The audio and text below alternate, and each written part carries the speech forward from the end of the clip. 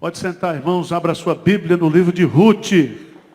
Livro de Ruth. Esse livro é uma preciosidade. São 4 capítulos, 85 versículos, mas traz uma mensagem poderosa. Livro de Ruth. Fica depois de Juízes. Se você se lembrar bem, nós estudamos já aqui o Pentateuco, os 5 primeiros livros da Bíblia. Gênesis, Êxodo, Levítico, Números, Deuteronômio, a Torá, o Pentateuco. Você se lembra que Deuteronômio termina com o povo nas campinas de Moabe. A despedida de Moisés, a morte de Moisés. Moisés morre como todo crente deveria morrer, com saúde, cantando e abençoando. Tá certo? Tem crente que morre zangado, né? Revoltado. Moisés não, ele morreu ainda com 120 anos, boa saúde, e ele termina cantando e termina abençoando o povo de Israel. Aí entra Josué. E Josué vai então conquistar a terra. São 24 capítulos de Josué. Termina o período de Josué. Entra o período dos juízes. O período dos juízes começa justamente com a morte de Josué e termina com a ordenação de Saul, começo da monarquia. Aproximadamente 350 anos, de entre 300 a 350 anos, o período dos juízes. Aí, provavelmente quem escreveu Ruth foi Samuel. Os entendidos aí dizem que foi Samuel. Para o judeu, na Bíblia judaica, eles entendem que foi Samuel que escreveu a história de Ruth. E se você observar bem, Ruth está aqui para fazer um link entre o período dos juízes e o período da monarquia de Israel. Tá certo? Então nós vamos fazer o seguinte. Nós vamos ir lendo capítulo por capítulo, eu vou fazendo as aplicações práticas. E dando as informações. Quem quiser copiar, copia. Não fica com raiva, tá? Porque aí a gente vai lendo. Veja bem, vamos ler Ruth 1:1. O que diz aí? Vamos lá? Nos dias em que julgavam os juízes, houve fome na terra, e um homem de Belém de Judá saiu habitar na terra de Moabe, com sua mulher e seus 2 filhos. Então, aqui nós temos... É um conto, né? Se a gente fosse usar um termo literário hoje, seria um conto, uma história. Não é uma ficção, isso é história real. Quando a gente estuda história, a gente sempre tem aquele conceito de macro-história, e você tem o conceito de micro-história. Então, por exemplo, se você pegar Atos dos Apóstolos, você tem a história do crescimento da igreja. Mas ali você tem micro-histórias, pequenas histórias dentro daquela macro-história, certo? Como a história de Estevão, a história de Dorcas, personagens, né, que não são os personagens principais, mas estão ali para a gente aprender. Aqui é o seguinte, durante o período dos juízes, Ruth viveu. E a família, a história dessa família é contada. Veja aí, nos dias em que julgavam os juízes. Esse é o dado histórico, né? A informação histórica. Vira a página, volta a página aí de Ruth aí. Versículo 25, diz assim, naqueles dias, 21, 25. Lê comigo aí, o que diz? Naqueles dias, não havia rei em Israel, cada um fazia o que achava o quê? Mas presta atenção. A coisa pode estar bagunçada naquela época do juízo, pode estar bagunçada hoje, mas Deus continua o quê? Trabalhando na vida do seu povo. Certo? Na época de Jesus, a igreja estava uma draga. O judaísmo estava falido. Mas Deus estava o quê? Escrevendo a história. Então, o livro de Ruth, meus amados irmãos, a história de Ruth é uma história maravilhosa. Porque conta a história, eu diria quase do nordestino. teve fogo no Nordeste, nós descemos para São Paulo, para ver se melhorava de vida, né? A história é mais ou menos assim, vamos ver. O homem se chamava Elimeleque. Elimeleque, em hebraico, significa Deus é rei. Deus é meu rei. Ele se casa com uma mulher chamada Noemi. Noemi significa, no hebraico, agradável. Agradável. Linda. Noemi, no hebraico, linda. Então, o cara, meu rei, lá de Salvador, Deus meu rei, casa com uma mulher bonita chamada o quê? Noemi. Desse casamento nascem 2 filhos. Eu não sei por que chamaram o nome desse menino desse jeito. Como é o nome dos meninos? Malom e Quilion. Malom significa fraco ou doente. Deve ter sido um parto difícil, doloroso. Geralmente, quando é assim na história das famílias brasileiras, quando o cara tem um parto muito difícil, pega uma meningite, pega uma doença grave, os pais e as mães consagram para o ministério. Diz assim, Senhor Deus, se o Senhor curar meu filho, eu consagro ele para o ministério. Por isso que você chega no ministério, só tem gente deformada. Gente feia. Porque é gente que nasceu no desespero. Não viu a história do pastor Hernandes? É ele ou a mãe? Aí não, a mãe falou, não, deixa esse menino nascer. A história do pastor Hernandes. A minha eu nem sei direito. Eu nasci em Parteira, lá no interior de Itarantim, na Bahia. Então, nasce o menino, Malom. Esse Malom casou com Ruth. E Ruth significa o quê? Amizade. Então, doentão, casou com Ruth. Aí o outro, chamado Quilion. Quilion significa, no hebraico, definhando. Se um era doente, o outro está o quê? Definhando. Definhando casou com Orfa. Orfa significa pescoço duro. Do hebraico. Significa uma mulher que era dura de dobrar. Assim como você, mulher que está aqui hoje. Mulher do pescoço duro. Dura cerviz. Não baixa o pescoço nem a pau. Então, não sei se você conhece a história. Então, pelos nomes aí, você já vê mais ou menos o que a Bíblia tem nos ensinar. Diz aí que houve fome na terra. Terra de Belém. Terra de Belém. Isso aqui, alguns comentaristas relembram sempre a história dos patriarcas. Porque quando houve fome na terra, Abraão foi morar com os amalequitas. Mas quando houve fome na terra, na época de Isaac, Isaac ficou em Gerar, não desceu. Não desceu. Mas houve fome na cidade de Belém.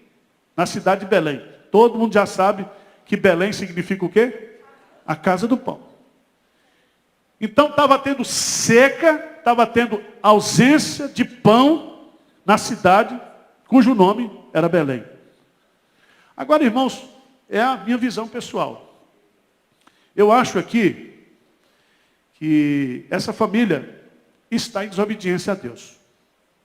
E eu preguei aqui, quando vem a crise, a gente precisa tomar cuidado, quando a gente vai tomar decisões nas crises da vida. Tá certo? Você está passando uma crise no Brasil hoje, diz, esse país não presta, não sei o que, eu vou me embora para o Canadá. Vá, pode ir, não vai fazer falta. Mas não é assim que a gente toca a vida. O crente é diferente.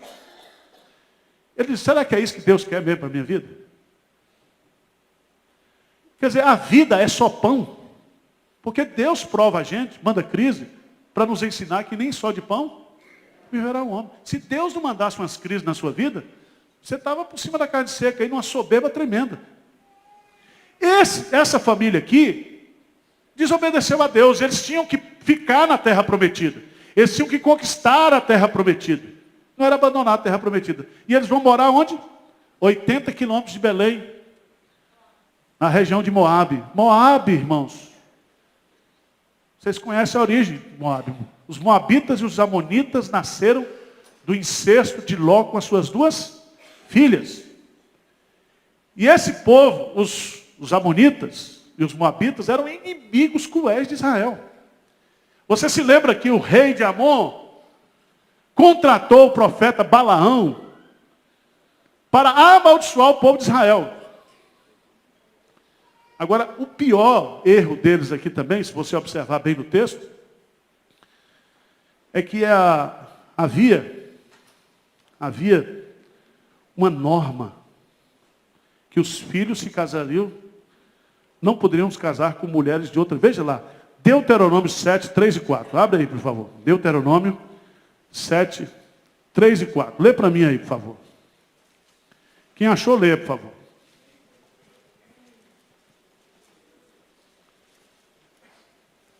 Deuteronômio 7, 3 e 4. Vamos lá, meu gente, que termina 10h30, por favor. Vamos lá.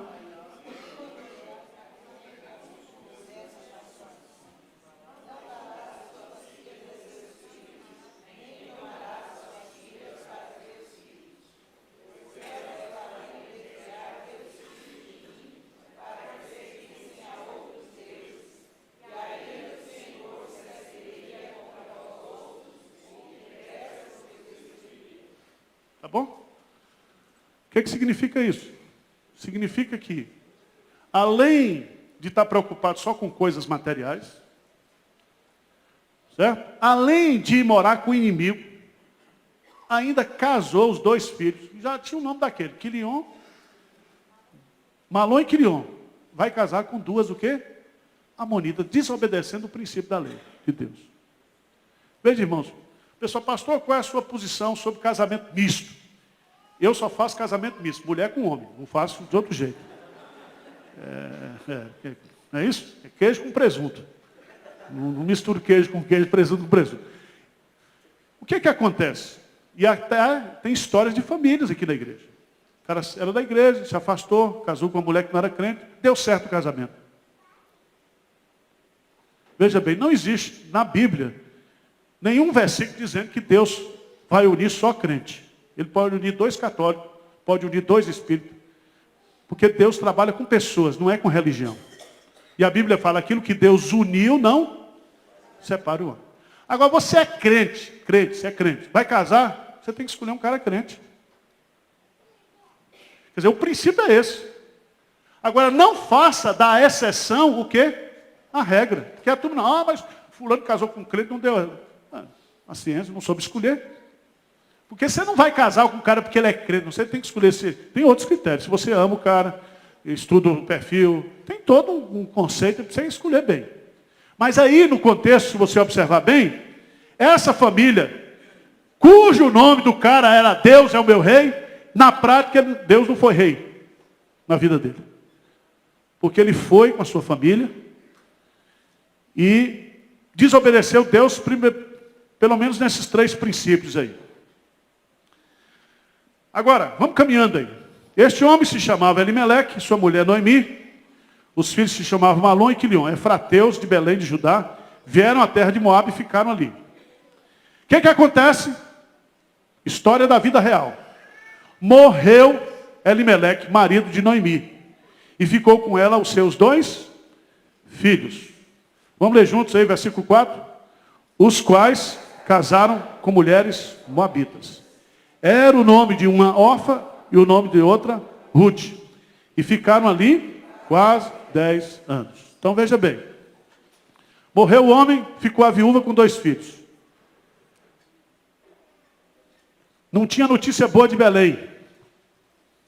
Então vamos casar por aqui mesmo. Vamos constituir família. Etc, etc, etc. Isso, período de quantos anos? 10 anos. 10 anos. Passaram-se 10 anos, versículo 5, o que é que diz aí?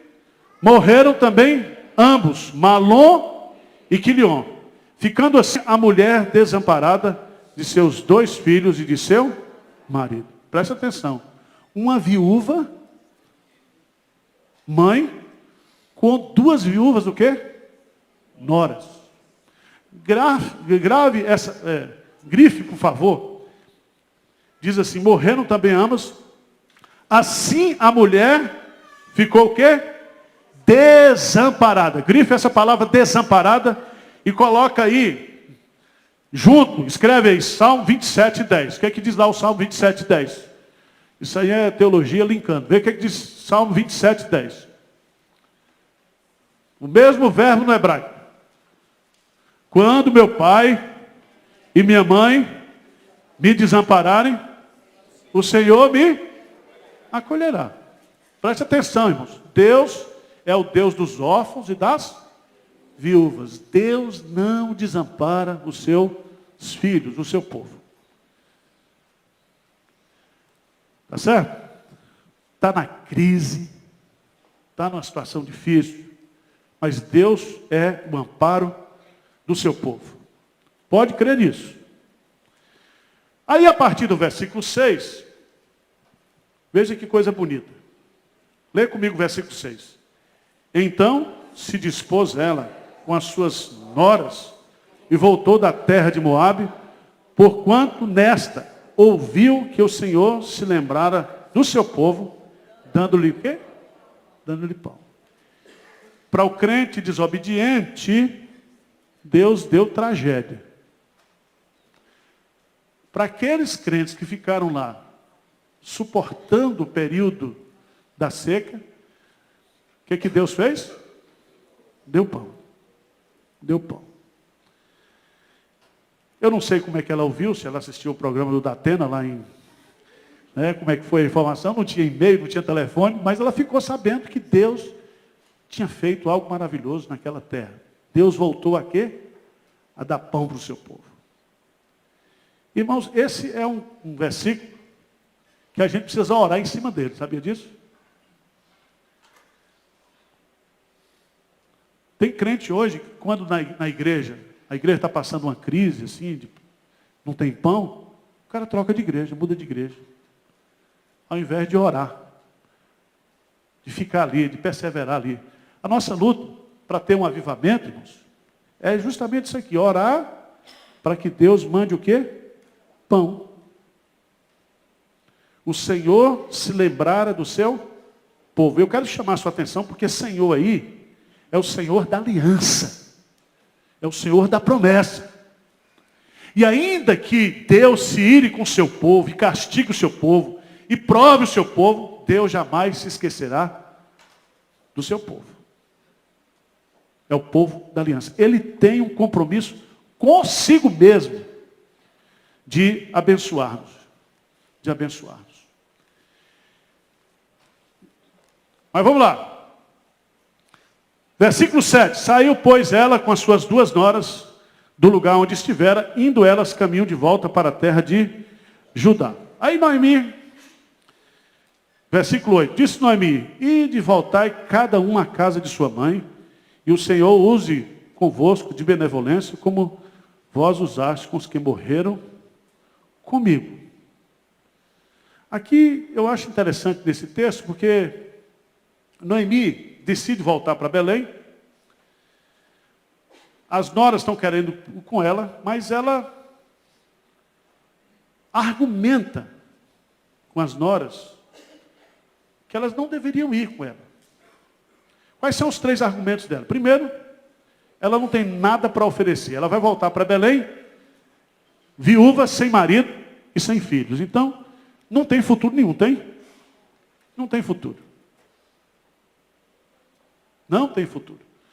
Segunda coisa, ela vai colocar aí, veja no versículo 8. O Senhor vos dê que sejais felizes, cada um em casa de seu marido, e beijou-as. Elas, porém, choraram em alta voz. E lhe disseram, não iremos contigo ao teu povo. Não, iremos contigo ao teu povo. Porém, Noemi diz, voltai, minhas filhas, porque ireis comigo. Tenho eu ainda no ventre filhos para que vos sejam por maridos? Aí ela vai dizer, ainda quando eu dissesse, tenho esperança, ainda que esta noite tivesse marido e houvesse filhos, esperar-os-eis até que viessem ser grandes, abster-vos-ei de tomar marido? Não, filhas minhas, porque por vossa causa a mim me amarga o ter o Senhor descarregado contra mim, o quê? A sua mão. Veja bem, havia uma lei chamada lei do levirato. Lei do levirato. Significa o seguinte: quando um irmão, principalmente o primogênito, ou um dos irmãos morre, e fica a viúva do irmão, geralmente o cunhado mais próximo, ou o cunhado primogênito, tomaria aquela cunhada viúva e tomaria ela como esposa para que ela pudesse dar continuidade à descendência do seu irmão. Isso se chama lei de levirato. Mas veja o que Noemi falou. Olha, eu já estou velha. Presta atenção, minha irmã. De vez em quando você tem que fazer essa avaliação também. Tá certo? Porque tem umas irmãs que estão para baixo, mas não... Olha que visão essa mulher teve. Né? Ela estava um pouco amargurada, né? Estava um pouco amargurada. Porque sou velha demais para ter o quê? Marido. Não tente a Deus. Tem umas irmãs que ficam tentando a Deus. O Senhor me deu um marido. Me manda dar uma melhorada. Dá uma enfeitada, dá uma pintada. Corta ali, amarra ali, sustenta ali. Dá um jeito. Mas a mulher aqui reconhece. Eu gostei da Noemi. Estou muito velha, estou passada. E ainda que eu arrumasse um essa noite e tivesse relações com ele, e engravidasse, ia demorar muito tempo. Vocês são muito novas. Terceiro argumento que ela vai usar aqui, ela, de uma certa forma aqui, exagerou na visão. Ela era uma pessoa ortodoxa. Ela cria que Deus estava no controle. Mas veja o que ela diz aí no versículo 13. Não, minhas filhas, porque por vossa causa, a mim me amarga o ter um Senhor descarregado contra mim, o quê? A sua mão. Então, olha, se Deus é por nós, quem será contra nós? Mas se Deus está contra nós, ninguém pode andar com nós. É mais ou menos a tese dela. Se Deus está contra mim, olha, eu sou um risco. Não venha comigo. Não venha comigo. E eu fico imaginando que ela está culpando a Deus aqui. E esse é um dos grandes problemas quando tragédias vêm sobre a nossa vida, né, sobre a nossa família, os problemas vêm, porque nós temos uma mania de querer arrumar culpado. Ah, isso está acontecendo porque fulano fez isso, isso, isso. Ah, isso está acontecendo. Ainda que você pense isso, você não deve falar. Porque pensar, todo mundo pensa. Pensa ou não pensa? Vocês são santos, né? Eles são santos. Irmãos, a gente pode pensar muita coisa, mas não pode dizer. Você já viu? Não sei o que aconteceu com você. Às vezes eu fico pensando lá em casa assim, aí fico rindo. Aí tá, a senhora para mim e diz, está pensando o quê? Eu falei, nada não. Nada não o quê? O que você está pensando? O que você está rindo? Não aconteceu isso com vocês, já para vocês aí, que a turma quer, e você não pode falar, porque diz, estou aqui arrumando um jeito de matar você, tá? Assim, agora já como é que sou mato? Você não pode dizer, pode dizer. Tem coisa que você pensa, mas não diz, gente. Essa mulher aqui, essa mulher, não devia ter dito isso. Deus descarregou. Primeiro, ela desobedeceu o marido. A gente não sabe se foi ela que colocou na cabeça do marido, porque a mulher é assim. Botou na cabeça de Elimeleque para mudar de cidade, isso aqui não tem futuro, os meninos estão crescendo, nós precisamos melhorar de vida, não sei o quê, papapá. Infernizou a cabeça de Elimeleque. Aqui eu estou deduzindo. Não está no texto. Mas ela está sabendo que Deus está o quê? Contra ela. Ela diz, por minha causa. Ela diz, por minha causa. Então, ela devia saber o que estava acontecendo. Lá no fundo, irmãos, a gente sabe porque está sofrendo. Sabe ou não sabe? A gente não sabe do outro, mas a gente sabe. Hein? Por vossa causa. Pois é, mas por que vossa causa? Porque elas eram o quê?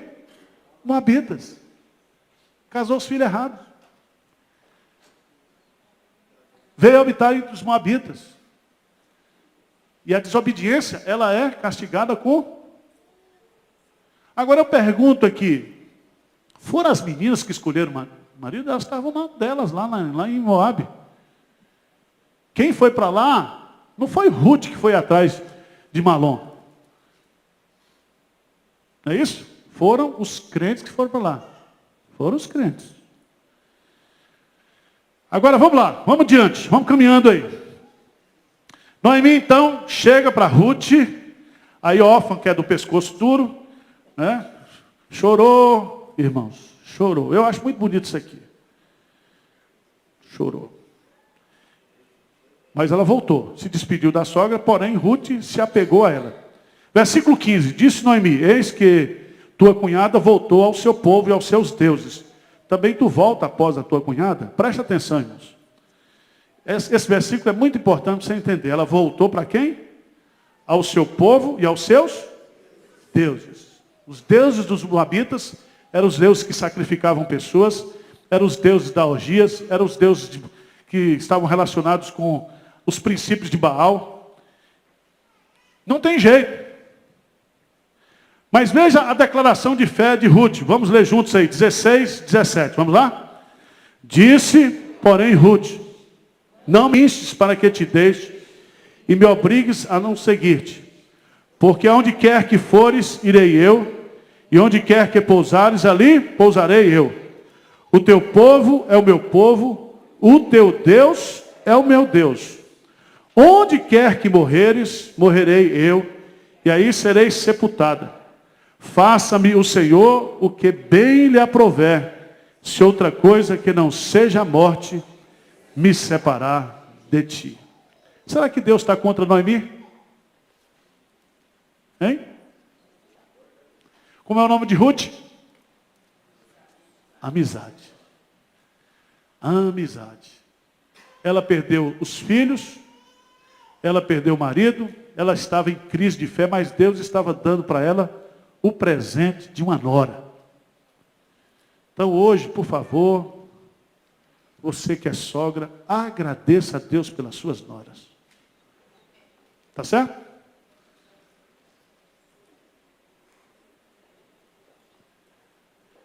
E outra coisa que é interessante também, a gente pensar aqui, a gente fala muito mal de sogra, né? Mas sogra é benção. Porque, na pior das hipóteses, a sogra deu a filha que ela tinha para casar com você. E você não tinha futuro nenhum. Ela fez isso com dor no coração. Entrou em depressão, síndrome de vazio, tristeza. Mas deu para você. Irmãos, o que eu acho bonito nesse texto é que, nas horas mais difíceis, há pessoas que são mais amigas do que irmãos. Deus coloca pessoas especiais na nossa vida em tempos de crise. Em tempos de crise. E o que eu acho bonito nesse texto, porque isso aqui não tem nada a ver com casamento. Ruth também não era sapatão. Não era sapatão. Ela está fazendo uma declaração filial, de amor. E o que é mais importante aí, ela diz, o teu Deus é o meu Deus. E ela está fazendo a sua pública profissão de fé. Ela está aqui, provavelmente, ela deve ter visto, durante a vida daquela família, cultos, mensagens. E o que eu acho interessante, irmãos, é que a vida do crente, por mais difícil que ela seja, sempre ela vai produzir frutos espirituais. Abra a sua Bíblia em Deuteronômio 23, versículo 3. Coloca aí junto dessa declaração de amor. Deuteronômio 23, 3. Pode ler, por favor, o que é que diz? Hein?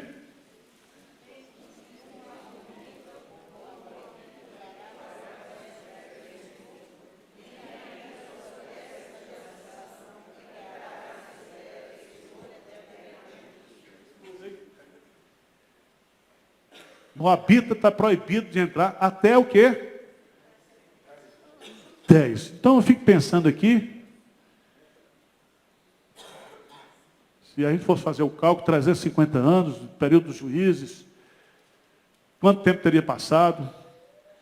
Aqui tem uma lição muito prática para a gente, e teológica também.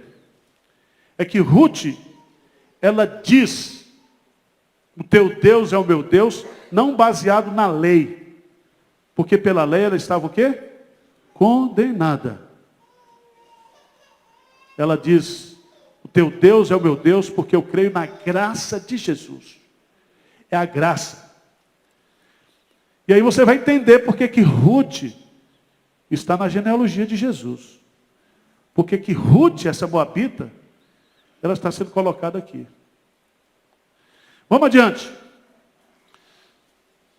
Versículo 18. Vendo, pois, Noemi, que de todo estava resolvida a acompanhá-la, deixou de insistir com ela. Então ambas foram até que chegaram a Belém. Belém era uma vila. Sucedeu que ao chegar ali, toda a cidade, o quê? Se comoveu por causa delas. E aí, a fofoca da mulher. Eita, Noemi chegou. Uma dizia para outra, mas tá acabada Noemi, hein? Tá vendo o que aconteceu? Saiu daqui, nessa situação. O que você acha?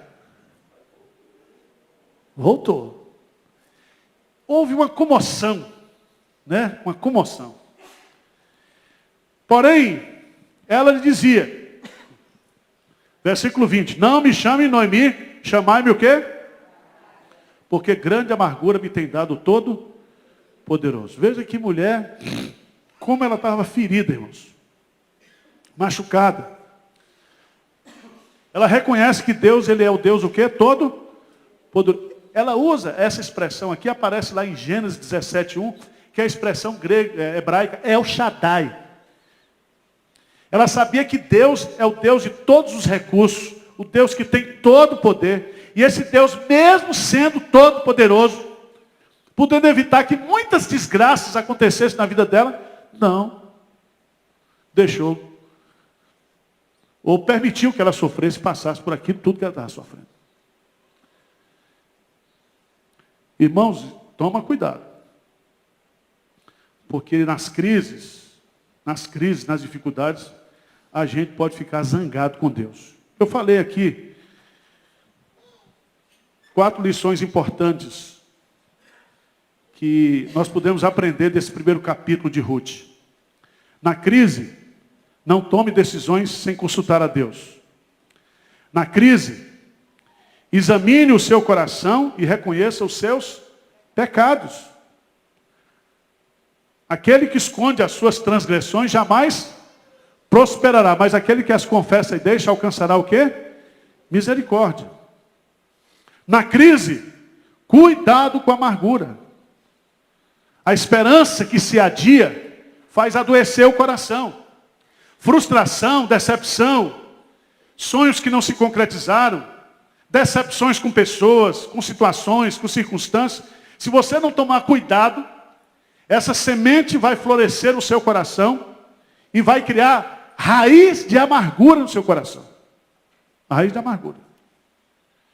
E aí você fica zangado com Deus, que é a coisa mais boba que existe. Eu acho que Deus deve olhar para a gente e dizer assim, não estou nem aí. Não estou nem aí para vocês. Porque eu sei que eu estou no controle de todas as coisas. Na crise, veja a mão de Deus. Veja a mão de Deus. Lê comigo o versículo 22. Vamos ler o versículo 22, encerrando o capítulo 1. O que diz aí? Assim voltou Noemi da terra de Moabe, com Ruth, sua nora, a moabita. E chegaram a Belém no princípio da cega da cevada. Eu gosto demais desse versículo. Porque Deus está fazendo que um novo amanhecer aconteça na vida do seu povo em Belém. E ela está chegando justamente quando Deus está fazendo o quê? Isso. Esse versículo aqui é para a gente orar pelo avivamento também. Senhor, nos dê uma cegada nova, né? Uma cega nova.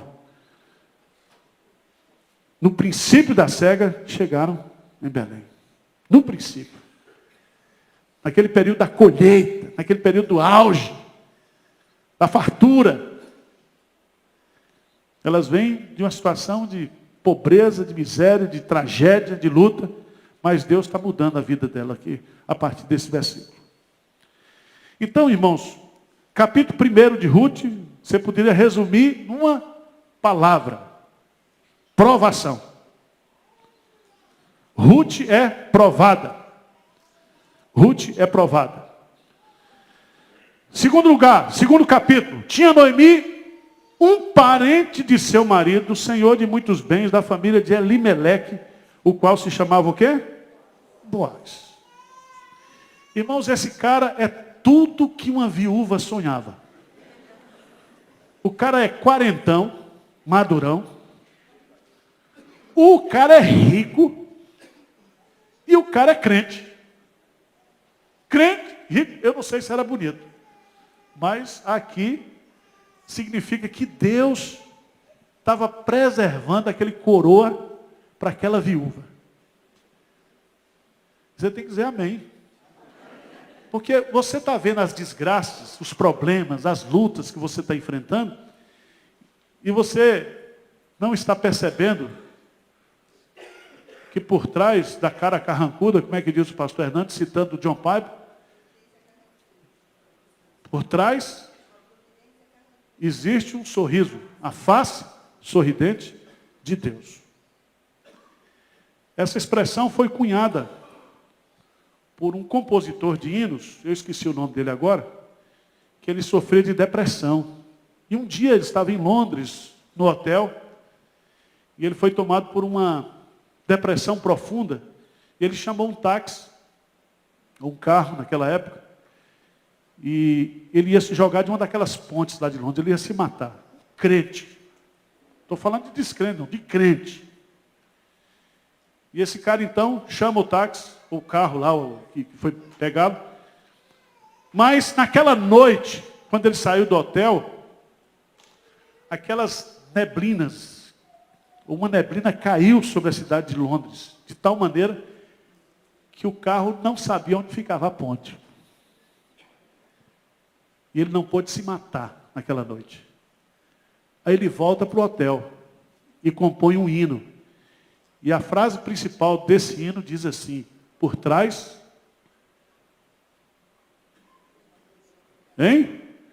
da providência carrancuda, existe o quê?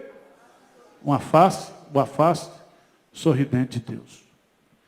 Todas as coisas cooperam para o bem daqueles que amam a Deus, daqueles que são chamados pelos seus decretos.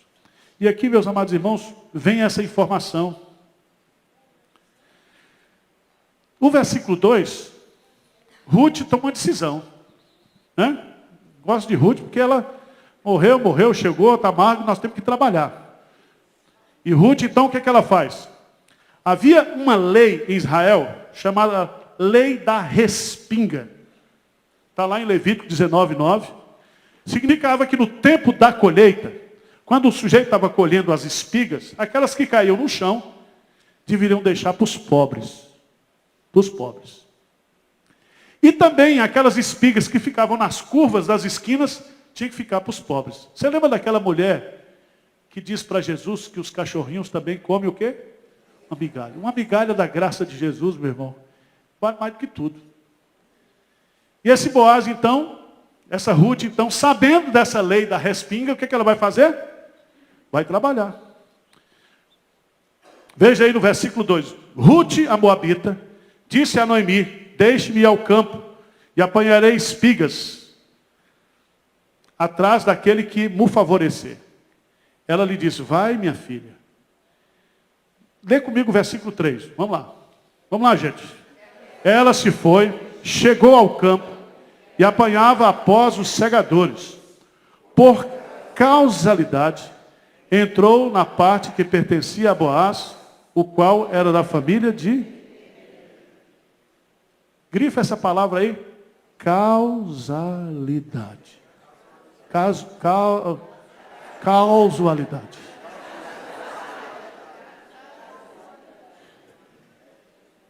Vocês acreditam nisso? Você acha que há acaso na sua vida? Ela não conhecia Boaz. Irmão, presta atenção. A informação diz que ela tinha um primo rico, ou tinha um parente rico, mas não disse que ela pegou o endereço do parente rico e foi para a fazenda. Não. Ela falou, eu vou trabalhar na fazenda onde tem milho para eu catar. Mas por acaso, ela caiu justamente onde? Na hora certa. Né? Eu, quando fui para Recife, tinha que trabalhar numa igreja. Trabalhei em algumas igrejas, mas eu fui parar em Tigipió. Encontrei Tássia. Que era noiva, estava para casar, com tudo pronto. Acabou o noivado, fui aconselhar, não, vocês precisam voltar, está tudo pronto, não sei o quê. Não sabia ele que ela seria minha futura. Não dei golpe, não, irmãos. Agora, o pastor Hernando tem outra que é pior, que ele foi noivo de uma mulher doida aqui em Bragança, que foi a tábua da salvação. Foi uma janela que foi jogada do céu, viu, tia?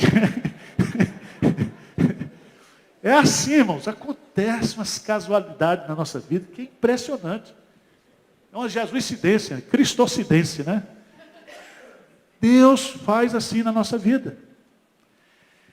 E aí ela chega lá, irmãos, veja no texto. Ela se foi, Ruth, vai minha filha, ela se foi, chegou ao campo, começou a trabalhar. Veja no versículo 4. Eis que Boaz veio de Belém e disse aos segadores, o Senhor seja o quê? Quantas vezes Boaz ia para a fazenda, gente? Mas por que ele foi no dia que Ruth estava lá? Não tem um negócio estranho nesse negócio aí? E esse Boaz era um sujeito bom mesmo, bondoso. Diz o texto sagrado, veja aí o texto, como é que ele vai colocando, a história, a narrativa. Boaz veio de Belém e disse aos segadores, o Senhor seja convosco. O Senhor seja convosco. Responderam eles, o Senhor o quê? Te abençoe. Veja que relação patrão-empregado maravilhoso, né? Então, você que é patrão, cuide bem. Trate bem seus funcionários. Porque quando você semeia o bem, você o quê? Colhe o bem. Tudo que o homem semear, isso ele vai colher.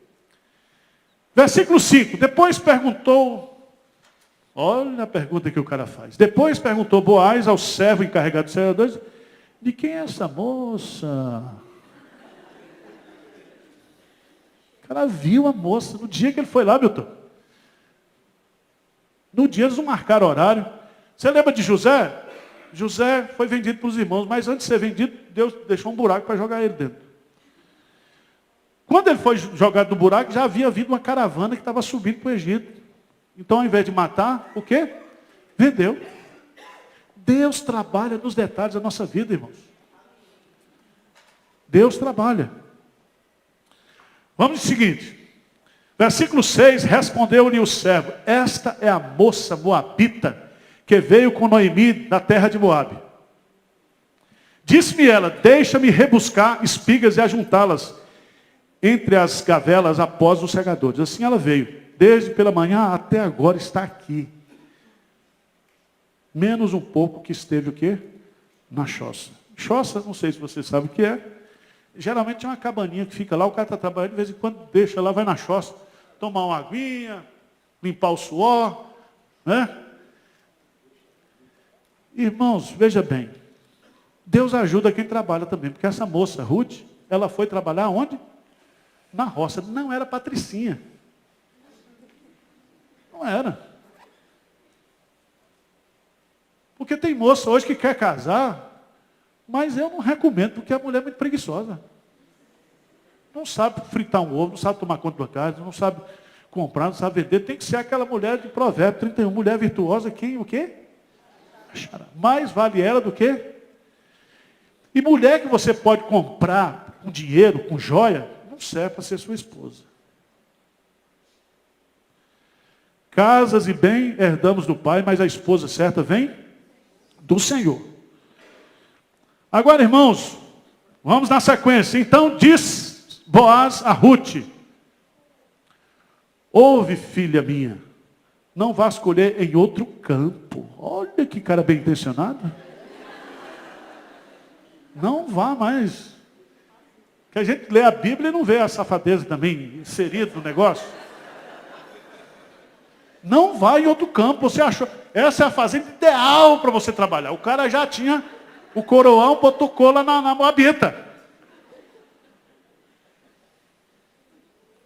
Aí o que é que diz? Não vais colher em outro campo, nem tampouco passes daqui. Porém aqui ficarás com as minhas servas. Estarás atento ao campo, que cegar irá após elas. Não dei ordem aos servos que não te toquem. Quando tiveres sede, vai às vasilhas e bebe de que os seus servos o quê? Tiraram. Então ela, inclinando-se o rosto em terra, lhe disse: como é que me favoreces e fazes caso de mim, sendo eu o quê? Estrangeira. Aqui é Jesus. De todas as tribos, povos e raças, muitos virão te louvar. De tantas culturas, povos e nações, do tempo e no espaço, virão te adorar. Aqui nós somos Ruth aqui. E Jesus é Boaz, o nosso libertador. E ela então o quê? Se curva diante dele. Você recebeu uma estrangeira. Como é que você me trata bem sendo eu estrangeira? Isso é graça de Deus, irmãos. Graça de Deus. Graça de Deus. E aí, respondeu-lhes Boaz e disse: bem, me contaram tudo quanto fizeste a tua sogra. Menino, o negócio estava rodando, a rádio peão. Todo mundo já sabia em Belém, e não tinha aquela Abraão da tarde, não tinha rádio fuxico, todo mundo sabia o que Ruth tinha feito com a sua, presta atenção, todo mundo está sabendo como é que você trata a sua sogra. Trate sua sogra o quê? Bem. Trate sua sogra bem. O que eu acho bonito desse texto, maravilhoso, são os detalhes dessa narrativa. Respondeu Boaz, disse: me contaram tudo quanto fizeste a tua sogra depois da morte de teu marido, e como deixaste a teu pai, a tua mãe, e a terra onde nasceste, e vieste para um povo que antes não conhecias. Lê comigo o versículo 12. Grifa esse versículo aí. Vamos lá? O Senhor retribuiu o teu feito, e seja cumprida a tua recompensa do Senhor, Deus de Israel, sob cujas asas vieste buscar refúgio. Que coisa linda esse versículo, não é? Irmãos, tudo que a gente faz, Deus o quê? Retribui. Cuida bem da sua sogra. Cuida bem do seu sogro. Cuida bem dos seus pais. Não maltrate os seus pais e a sua mãe na velhice. Está doente, está com problema. Honra teu pai e a tua mãe. É o único mandamento com promessa. Com promessa. Tá certo? A sua sogra está triste, está amargurada, compra o pacote da CVC e dá para a sogra. Vai lá, minha sogra. Não morra afogado, por favor, nas praias do Nambu. Vai lá. Irmãos, o que eu acho bonito do livro de Ruth é que Ruth nos ensina generosidade. Generosidade. Generosidade é uma coisa muito importante, irmãos. O pastor Jeremias contou a história de que ele faz todo ano, ele faz uma cesta de Natal para os missionários pobres lá do sertão. E ele conta a história. Quem já comeu aquelas bolachinhas recheadas? Bolachinha recheada aqui. Aquilo é uma delícia, agora está proibido, porque diz que engorda as crianças. Mas na nossa época, a gente só comia bolacha de sal. Quando pegava uma bolachinha recheada daquela, ele ficava doido. Era ou não era? E aí, uma menininha lá no sertão, bateram a foto dela comendo esse biscoito e lambendo as mãos. E aí o pastor perguntou, mas por que ela está lambendo as mãos? Porque eu não quero que acabe. Você já pensou num negócio desse? Por que nossa igreja é abençoada? Porque quanto mais a gente distribui, mais Deus o quê? Abençoa. Abençoa. Irmãos, se tiver um pobre na igreja, se tiver uma pessoa passando por necessidade, abençoa com generosidade. Pode abençoar. Deus, o Senhor retribua o teu feito e seja cumprida a tua recompensa do Senhor. Mas vamos lá. Disse ela, tu me favoreceste muito, Senhor meu, pois me consolaste e falaste ao coração de tua serva, não sendo eu nem ainda como uma das tuas servas. Mas essa Ruth também sabia fazer o negócio, né? Fala bem. Ajeita. A hora de comer, Boaz lhe disse, achega-te para aqui e come do pão e molha no vinho o teu bocado. Presta atenção, porque aqui é pegar o pão e molhar no vinho é só para os amigos mais o quê? Chegados, mais íntimos. Jesus fez isso com Judas. Você se lembra disso? Na ceia, Jesus molhou e deu para Judas. E Judas saiu, o demônio entrou nele e ele foi trair Jesus. Mas ele era alguém que sentava à mesa com Jesus e comia praticamente o mesmo prato. Essa menina então já está na mesa com Boaz e comeu, se fartou, sobejou, está lá no versículo 14. Sobejou. Eu me lembro, irmãos, vou contar aqui para vocês, a primeira vez que o pastor Alfonso veio aqui, com a Vanessita, e ela nunca tinha ido no shopping. Eu fui aqui no shopping, eu comecei a comer com ela, e nós fomos naquele de churrasco. Como é que é o nome? Rodízio de churrasco. Mas tem que encher o prato e sentar, né? Mas a Vanessita pegou um prato, deu quase 2 quilos. Eu olhei assim, alguém quis, não, deixa. Porque aquilo para ela, acho que ela nunca tinha comido daquele jeito. Irmãos, a gente não sabe da missa um terço. Não sabe o que o povo está sofrendo, que as pessoas passam, as carências, as necessidades. Não é isso? Muita gente aqui já está comendo manteiga hoje, mas comeu muita margarina na vida. Lembra daquelas margarinas que você botava? Não usa mais não. Mas você joga para fritar o ovo e ela não derrete. Já comeram dessas? Margarina dura. Não derrete. E queijo. Tem uns queijos borrachudos que eu vou te dizer. Essa menina comeu. Eu imagino que essa menina estava com uma fome. Mas que ela comeu e sobejou. Senta aqui, come aqui. Vamos embora. Levantando-se ela para rebuscar, deu ordem ao servo, dizendo, até entre as gavelas deixai colher e não as censureis. O cara já está armando. Tirai também nos molhos algumas espigas e deixai-as, que apanhem e não arrependais. Olha, solta umas de vez em quando assim. Olha a atenção do cara. Olha a intenção do cara. Mas ele podia fazer isso, ele era o quê? Um solteirão. Você acha que ele não devia estar orando para casar? Devia. Agora aparece uma moça bonita, uma moça crente, uma moça que todo mundo na cidade estava dizendo que era uma boa filha.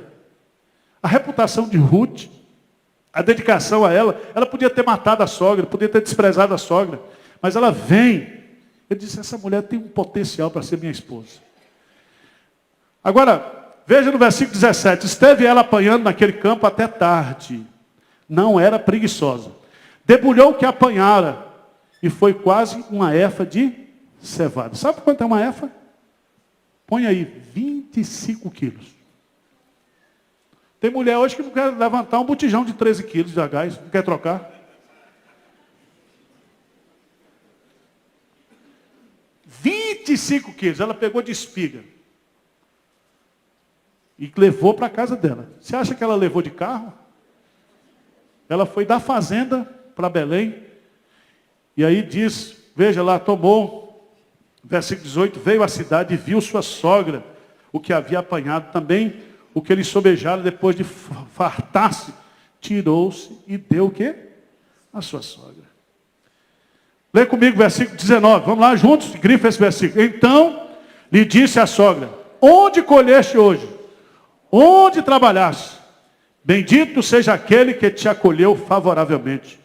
E Ruth contou à sua sogra onde havia trabalhado e disse, o nome do Senhor em cujo campo trabalhei é? Então Noemi disse à sua nora, bendito seja ele do Senhor, que ainda não tem deixado a sua benevolência para com os vivos, nem para com os mortos. Disse-lhe mais Noemi, esse homem é nosso parente chegado e um dentre os nossos, o quê? Resgatadores. Que maravilha. A mulher agora, Noemi, está entendendo que Deus está cuidando da vida dela. Ela diz, bendito seja o Senhor.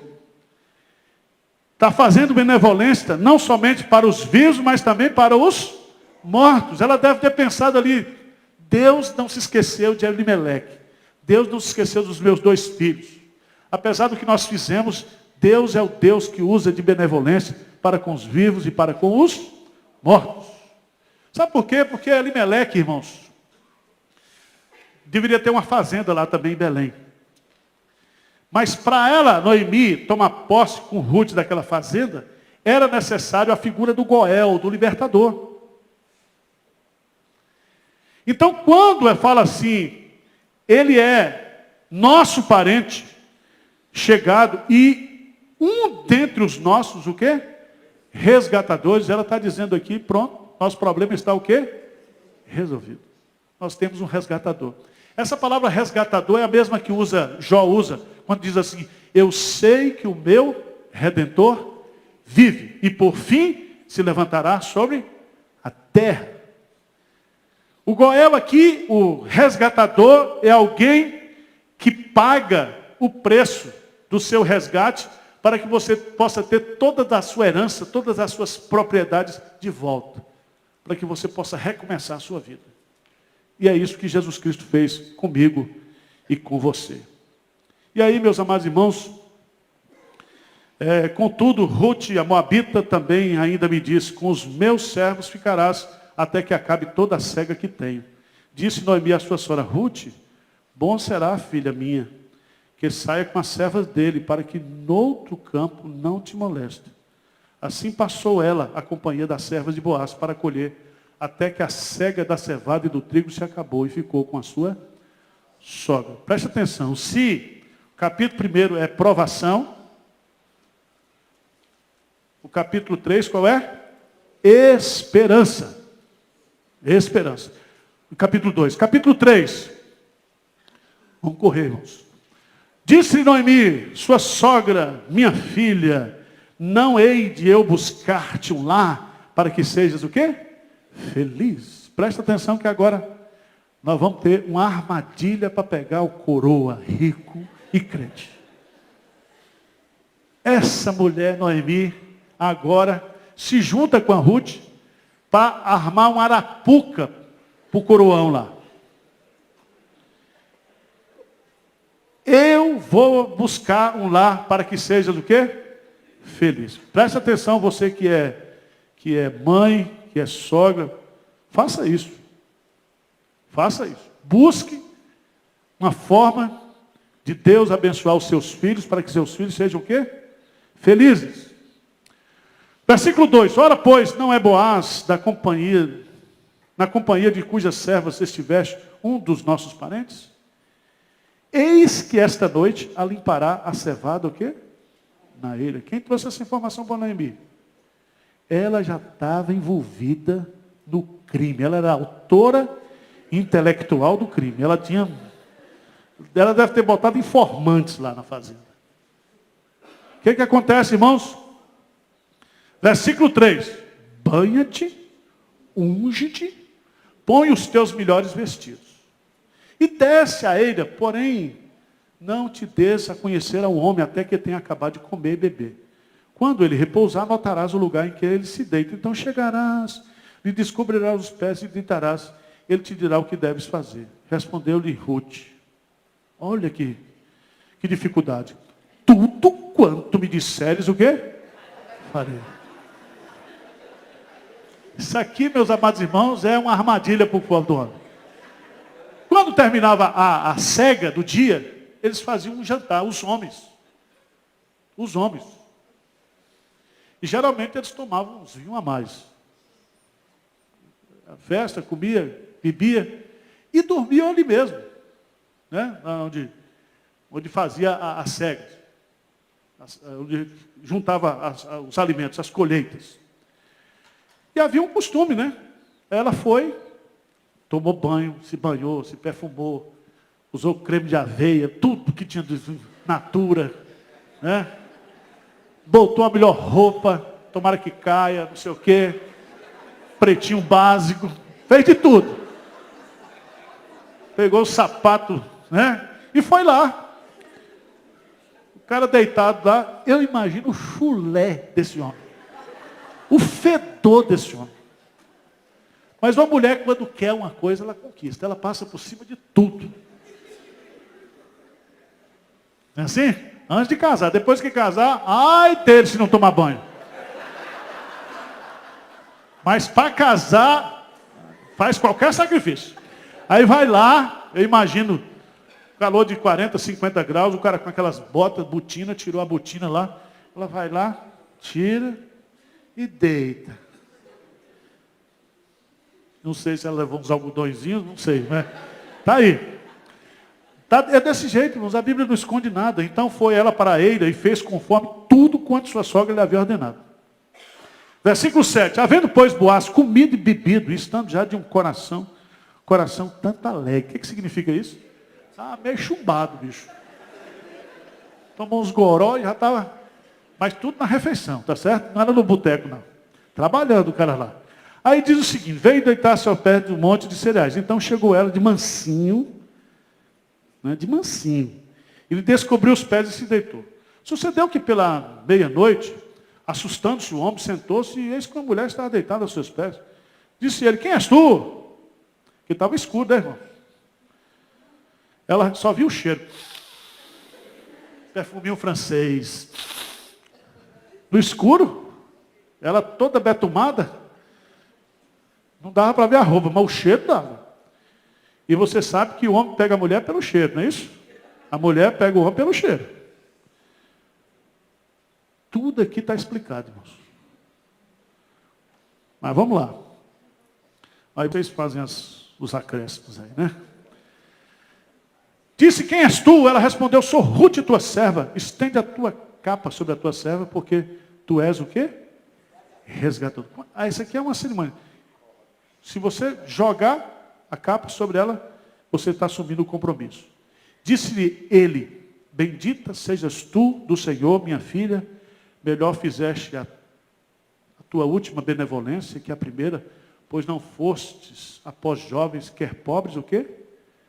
Quer rico. Você não é mulher interesseira. Você é sabida, mas não é interesseira. Agora, pois, minha filha, não tenhais receio. Tudo quanto disseste, eu te farei. Pois toda a cidade do meu povo sabe que és mulher o quê? Virtuosa. Isso meia-noite no escuro. Imagina esse diálogo. Não tinha WhatsApp, não. Era aqui mesmo, nessa dureza. Fica essa noite aqui. Será que pela manhã, se ela te quiser resgatar, bem está. Que te resgate. Porém, se não lhe apraz, resgate, eu o farei tão certo como viu o Senhor. Deita-te aqui até amanhã. Ficou ela deitada aos seus pés. Não foi em cima não, tá, irmãos? Aos pés.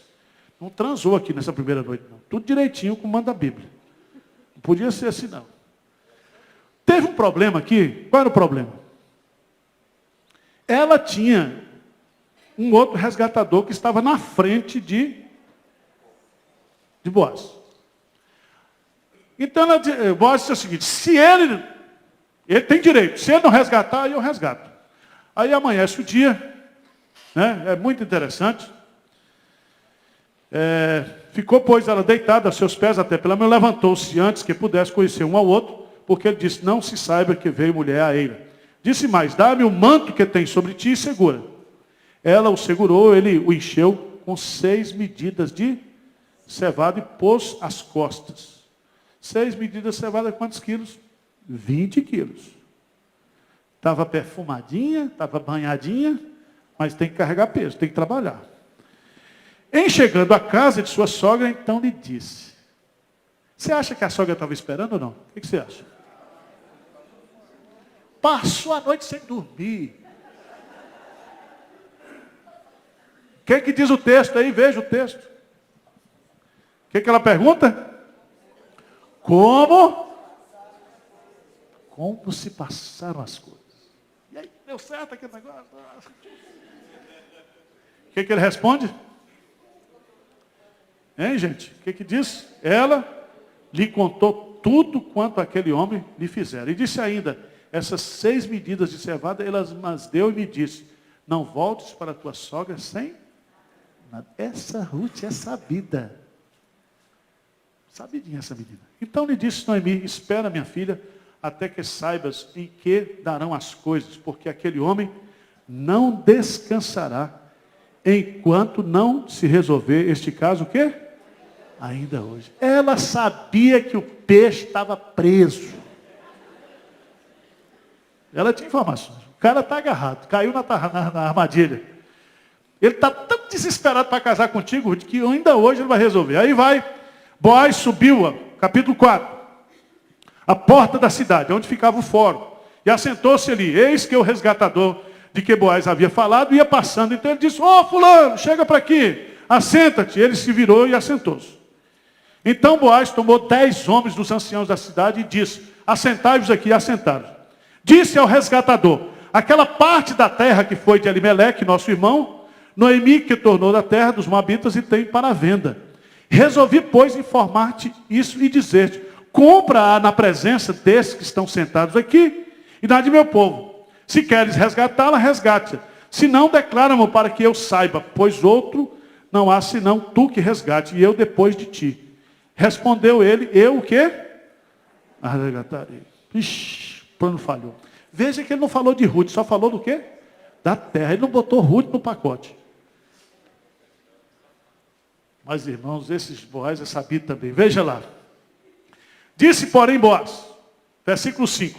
No dia em que tomares a terra da mão de Noemi, também a tomarás da mão de Ruth, a Moabita, já viúva, para suscitar o nome do esposo falecido sobre a herança, o quê? Dele. Esse cara devia ter casado com uma mulher ciumenta, complicada. Ele disse, meu Deus do céu, eu vou comprar uma propriedade, vem uma mulher velha, e vem ainda outra mulher, que minha mulher não vai deixar eu fazer esse negócio. Você acha que foi isso ou não? Irmãos, esse cara devia ser casado com uma mulher brava, que tinha peixeiro em casa. E ele disse, não. Então o resgatador, veja no versículo 6, arrumou logo uma desculpa. Lê comigo aí, o que diz? Então disse o resgatador, para mim não a poderei resgatar, para que não prejudique a minha. Redime tu o que me cumpria resgatar, porque eu não poderei o quê? Fazer. Vai misturar muito, vai ter muita confusão. Com uma mulher já está difícil, se eu botar 3 dentro da minha propriedade, vai ser muita confusão. Então ele o quê? Pula fora. Pula fora. Aí o que acontece? O que diz o texto? Este era outrora o costume em Israel. Quando há resgates e permutas, o que queria confirmar qualquer negócio, tirava o calçado e o dava ao seu parceiro. Assim, se confirmava o negócio, hein? Não era feito de bigode, não. Tira o sapato e dá para o cara. Está fechado o negócio. Não tinha que assinar nada, não tinha cheque, não tinha escritura.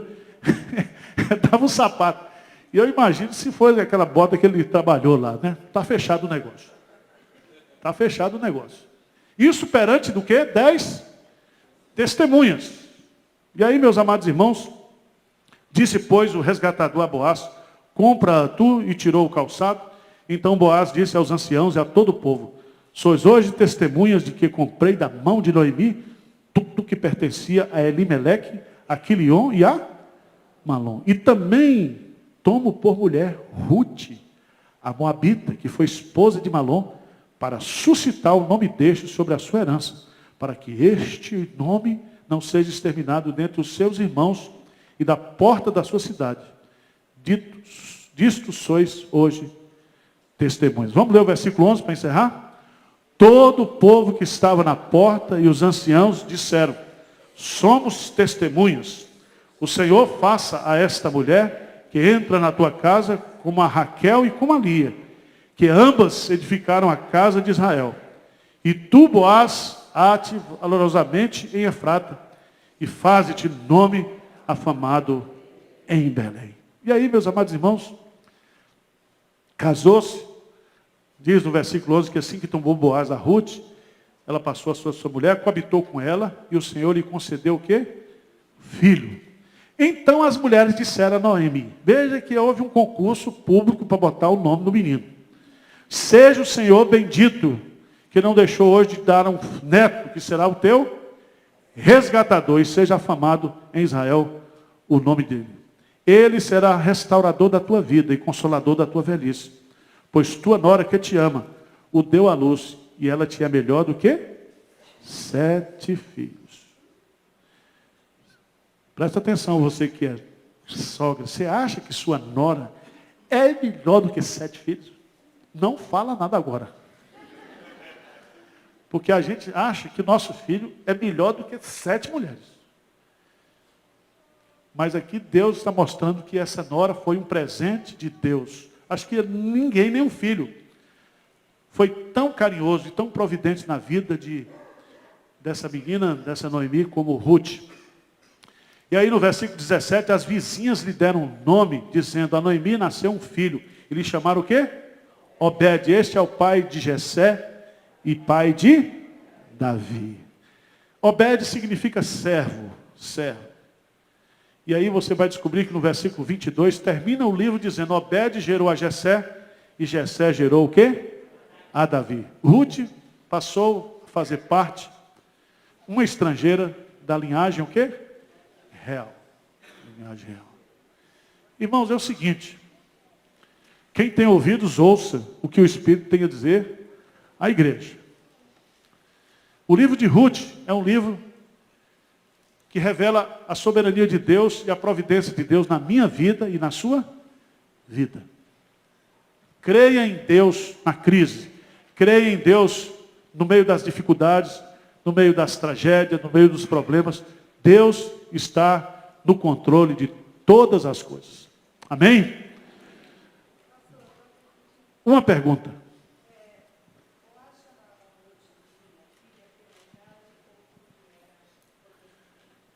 Eu acho que era tratamento carinhoso, né?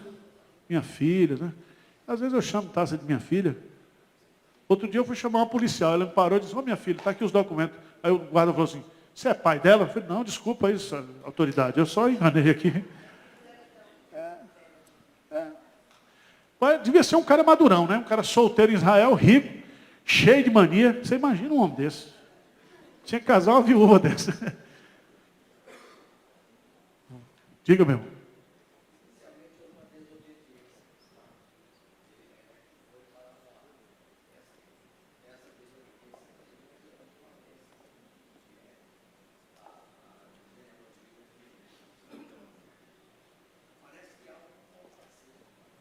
Não, meu irmão, não é assim, não.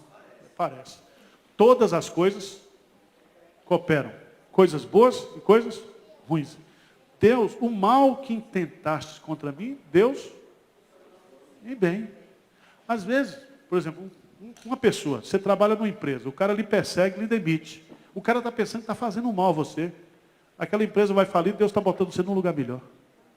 Entendeu? Então, a estrela de Belém tem as duas faces. Tem a face dos caras que estão seguindo, os magos, mas tem a face de Deus. Deus estava conduzindo as coisas. Então, na nossa vida, vamos olhar sempre que a boa mão de Deus está conduzindo todas as coisas. Até as coisas erradas que as cabeçadas que a gente deu na vida. Tá certo? Irmãos,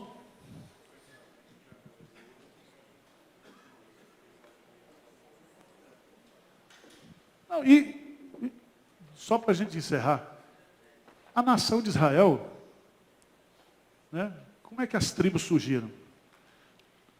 O casamento, enganado, o sogro enganou Jacó, ele casou com uma, mas recebeu a outra. Aí, uma não podia dar filho, outra podia dar. A fera que dava, a bonita não dava. Aí entrou uma serva no meio, Bila, não sei o quê. Aí surgiram o quê? As 12 tribos de Israel. É uma confusão, irmãos. É uma confusão. Então, o que é certo é o seguinte, é que nós, de maneira nenhuma, poderemos estragar o projeto o quê? De Deus. O que prevalece não é a minha vontade, mas a vontade de Deus. Vamos orar encerrando? Milton, ora para nós, Milton, por favor.